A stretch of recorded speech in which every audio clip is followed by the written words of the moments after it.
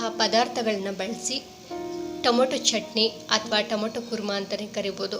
Simple ಆಗಿ ಹೇಗೆ ಮಾಡೋದು ಅಂತ ಹೇಳ್ಕೊಡ್ತಾ ಇದ್ದೀನಿ. ಒಂದು 10 ನಿಮಿಷದಲ್ಲೇ ರೆಡಿಯಾಗೋಗುತ್ತೆ. ಬೆಳಿಗ್ಗೆ ಟಿಫನ್ಗೆ ಇಡ್ಲಿ ಜೊತೆಗೆ ಸೈಡ್ ಡಿಶ್ ಆಗಿ ಇದನ್ನು ತಿನ್ಬೋದು. ಹಾಗೆ ಅನ್ನದ ಜೊತೆಗೆ ಇನ್ನೂ ತುಂಬ ಚೆನ್ನಾಗಿರುತ್ತೆ. ಹಾಗಾದರೆ ಈ ರೆಸಿಪಿ ಹೇಗೆ ಮಾಡೋದು ಅಂತ ನೋಡೋಣ. ಮೊದಲಿಗೆ ನಾನಿಲ್ಲಿ ಒಂದು ಅರ್ಧ ಕಪ್ಪಷ್ಟು ಕಾಯಿ ತುರಿ ತೊಗೊಂಡಿದ್ದೀನಿ.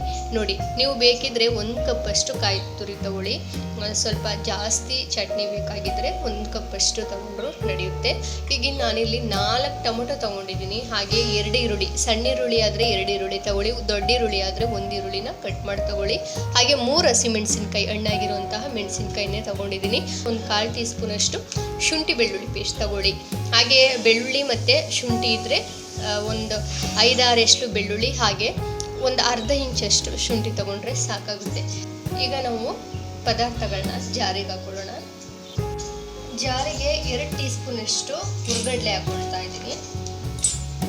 ನಂತರ 3 ಹಸಿಮೆಣಸಿನ್ಕಾಯಿ, ಅರ್ಧ ಕಪ್ಪಷ್ಟು ತೆಂಗಿನ ತುರಿ ಹಾಕೋಬೇಕು. 4 ಟೊಮೊಟೊನ 4 ಭಾಗವಾಗಿ ಕಟ್ ಮಾಡಿ ಹಾಕೋಬೇಕು. ಟೊಮೊಟೊ ಹಾಕಿದ ನಂತರ ಒಂದು 1/4 ಟೀ ಸ್ಪೂನಷ್ಟು ಶುಂಠಿ ಬೆಳ್ಳುಳ್ಳಿ ಪೇಸ್ಟ್ ಹಾಕೊಳ್ತಾ ಇದ್ದೀನಿ.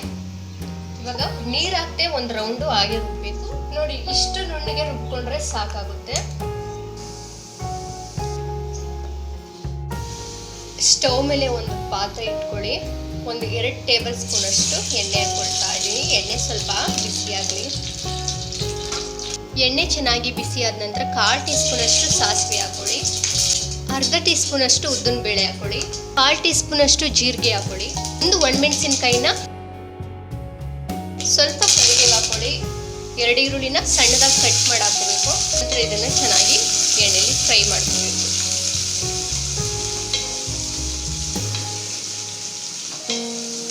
ಈ ಚಳಿಲಿ ಈ ಥರ ಮಾಡಿಕೊಂಡು ಖಾರವಾಗಿ ಟೊಮೊಟೊ ಚಟ್ನಿ ಅಥವಾ ಟೊಮೊಟೊ ಕುರ್ಮಾ ಅಂತಾರೆ. ಮನೇಲಿರುವಂಥ ಪದಾರ್ಥಗಳನ್ನ ಉಪಯೋಗಿಸ್ಕೊಂಡು ಟೊಮೊಟೊ ಕುರ್ಮಾ ಚಟ್ನಿನ ರೆಡಿ ಮಾಡ್ಕೋಬೋದು. ಈರುಳ್ಳಿ ಎಲ್ಲ ಚೆನ್ನಾಗಿ ಬೆಂದಿದೆ. ರುಬ್ಬಿ ಎತ್ತಿಟ್ಕೊಂಡಿರುವಂತಹ ಟೊಮೊಟೊ ಪೇಸ್ಟ್ ಹಾಕೋಬೇಕು. ಸರಿ ಚೆನ್ನಾಗಿ ಮಿಕ್ಸ್ ಮಾಡ್ಕೋಬೇಕು. ಶುಂಠಿ ಬೆಳ್ಳುಳ್ಳಿ ಪೇಸ್ಟ್ ಎಲ್ಲ ಹಾಕಿದ್ದೀವಲ್ಲ, ಅದು ಹಸಿ ಸ್ಮೆಲ್ಲೆಲ್ಲ ಹೋಗಬೇಕು. ಅಲ್ಲಿವರೆಗೆ ಚೆನ್ನಾಗಿ ಫ್ರೈ ಮಾಡ್ಕೋಬೇಕು.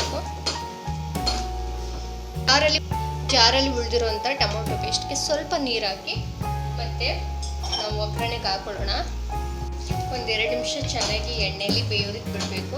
ಇರುವಂತಹ ಟೊಮೊಟೊ ಪೇಸ್ಟ್ ಕೂಡ ಹಾಕೊಳ್ತಾ ಇದ್ದೀನಿ. ಇದೇನು ಒಂದ್ಸರಿ ಚೆನ್ನಾಗಿ ಮಿಕ್ಸ್ ಮಾಡ್ಕೊಳ್ತಾ ಇದ್ದೀನಿ. ಸ್ಟವ್ನ ಕಡಿಮೆ ಉರಿಲಿಟ್ಟು ಒಂದು 3 ನಿಮಿಷ ಚೆನ್ನಾಗಿ ಬೆಂದ್ಕೊಳ್ಳಿ. ಟೊಮೊಟೊ ಪೇಸ್ಟ್ ಬಂದ್ಬಿಟ್ಟು ಶುಂಠಿ ಬೆಳ್ಳುಳ್ಳಿ ಪೇಸ್ಟ್ ಎಲ್ಲ, ಅದಕ್ಕೋಸ್ಕರ ಹಸಿ ಸ್ಮೆಲ್ಲೆಲ್ಲ ಹೋಗಬೇಕು. ನಾನಿಲ್ಲಿ 1-2 ನಿಮಿಷ ಚೆನ್ನಾಗಿ ಬೇಯೋದಕ್ಕೆ ಬಿಡ್ತಾ ಇದ್ದೀನಿ. ಎಣ್ಣೆ ಬಿಡ್ತಾ ಬರಬೇಕು. ಟೊಮೊಟೊ ಪೇಸ್ಟ್ನ ಚೆನ್ನಾಗಿ ಬೇಯಿಸಿದ ನಂತರ ಒಂದು 1/4 ಟೀ ಸ್ಪೂನಷ್ಟು ಅರಿಶಿನ ಹಾಕೊಳ್ತಾ ಇದ್ದೀನಿ. ಅರ್ಧ ಟೀ ಸ್ಪೂನಷ್ಟು ಧನಿಯಾ ಪುಡಿ ಹಾಕೊಳ್ತಾ ಇದ್ದೀನಿ. ಧನಿಯಾ ಪುಡಿ ಹಾಗೆ ಅರಿಶಿನ ಪುಡಿನ ಫಸ್ಟು ಮಿಕ್ಸ್ ಮಾಡ್ಕೋಬೇಕು.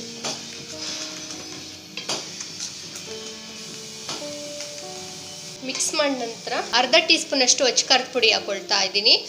ಹಸಿಮೆಣಸಿನ್ಕಾಯಿನೂ ಕೂಡ ಹಾಕಿದ್ದೀವಲ್ವ, ಖಾರ ಜಾಸ್ತಿ ಆಗೋಗುತ್ತೆ.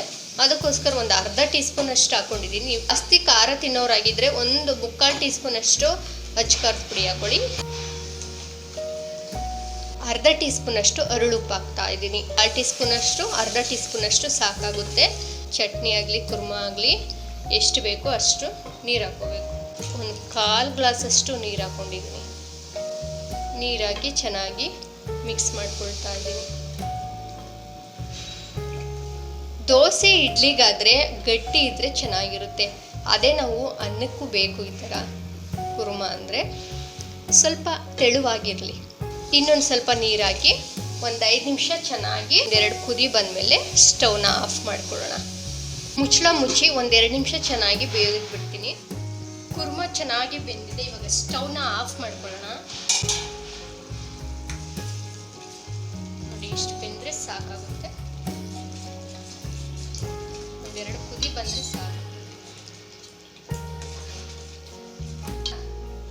ಮಲ್ಲಿಗೆ ಹೂವಿನಂಥ ಇಡ್ಲಿ ಹಾಗೆ ಕುರ್ಮಾ ರೆಡಿ ಆಗಿದೆ.